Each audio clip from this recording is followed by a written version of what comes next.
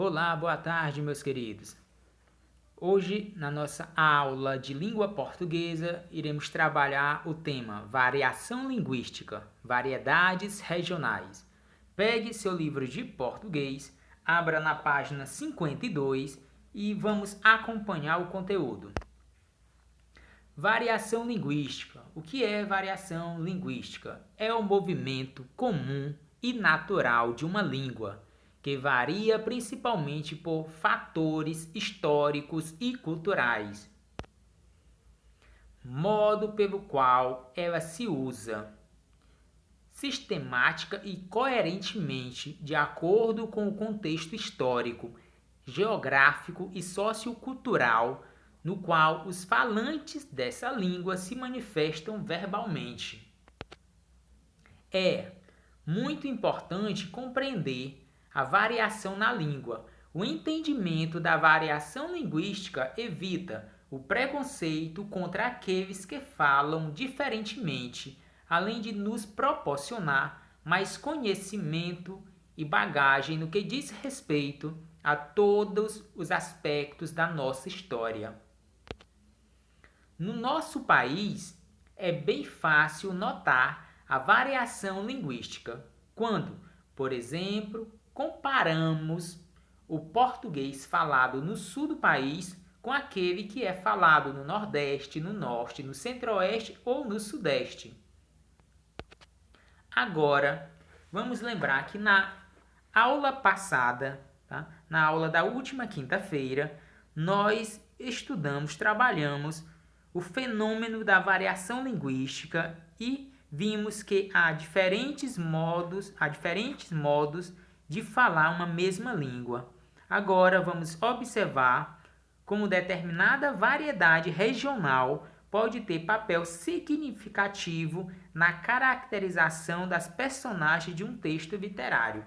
Aqui na primeira questão nós vamos ter o texto com o título 300 onças. Vocês irão fazer a leitura desse texto, leitura essa feita com calma, observando principalmente as palavras que vocês não identificam, não conhecem ainda. Tá? Se necessário, procurem num dicionário o significado dessas palavras para poder compreender ou entender o texto. Feito a leitura do texto, vocês irão responder letra A. Na letra A, diz assim: a que se refere a palavra onças no título? Se for necessário, pesquise em um dicionário. Letra B. De que outra forma esse título poderia ser compreendido? Depois de compreender o que significa 300 onças, você vai dizer que outro significado esse título poderia ter. Na terceira questão, vocês não copiarão a segunda. Irão passar para a terceira questão. Na terceira questão, fala o seguinte: o conto está em primeira pessoa. Quem narra é o protagonista. Letra A. A quem o protagonista está contando a história, tá? O protagonista está contando essa história a alguém, a uma pessoa. Você vai descobrir quem é essa pessoa e colocar na letra A. Letra B. Indique uma característica do protagonista. Você vai voltar no texto, vai identificar uma característica. O professor era um comerciante, era um viajante, ele era uma pessoa rica, uma pessoa pobre, ele era um príncipe, um rei. É uma característica. Qual deve ser a profissão do protagonista? Quando você identificar lá no texto, você vai copiar na letra C. Qual deve ser a profissão do protagonista? E letra D. Em que região do país você supõe que ele vivia? Ao ler o texto, você vai identificar algumas palavras que irão caracterizar uma região do Brasil. E de acordo com essas palavras, você vai dizer que provável região o protagonista vivia. Quarta questão. A quarta questão diz assim: leia o trecho a seguir. Você vai ler esse pequeno trecho e depois na letra A você vai marcar somente, tá, o que está correto. Um exemplo, vê o pontinho, primeiro ponto. Diz que esse trecho, emprego de registro informal, ou seja, há fala informal nesse trecho? Se sim, ótimo, você marca. Ponto 2. Pontuação que reforça a expressividade? Se está correto, marca. 3.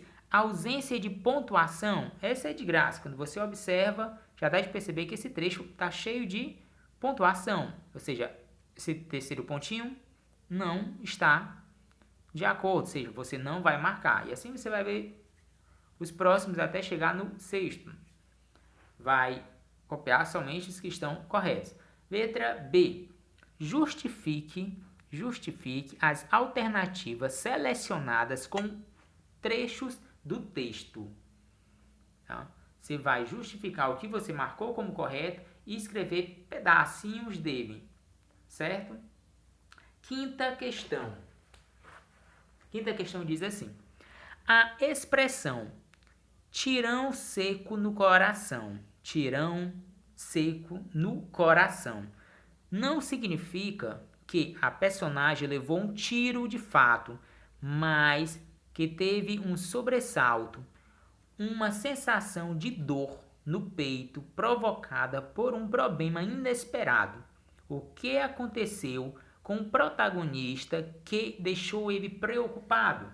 Você leu o texto, você já descobriu o que foi. Você vai colocar aí, tá? Na quinta questão, o que deixou o protagonista tão preocupado que teve a mesma sensação de ter levado um tiro no peito. E vamos para a última questão, que vai ser a questão de número 7. Fala assim: sobre os dois últimos parágrafos do trecho, responda as seguintes questões. Letra A. Qual é a função da descrição do espaço feito pelo narrador? Os dois últimos parágrafos, tá?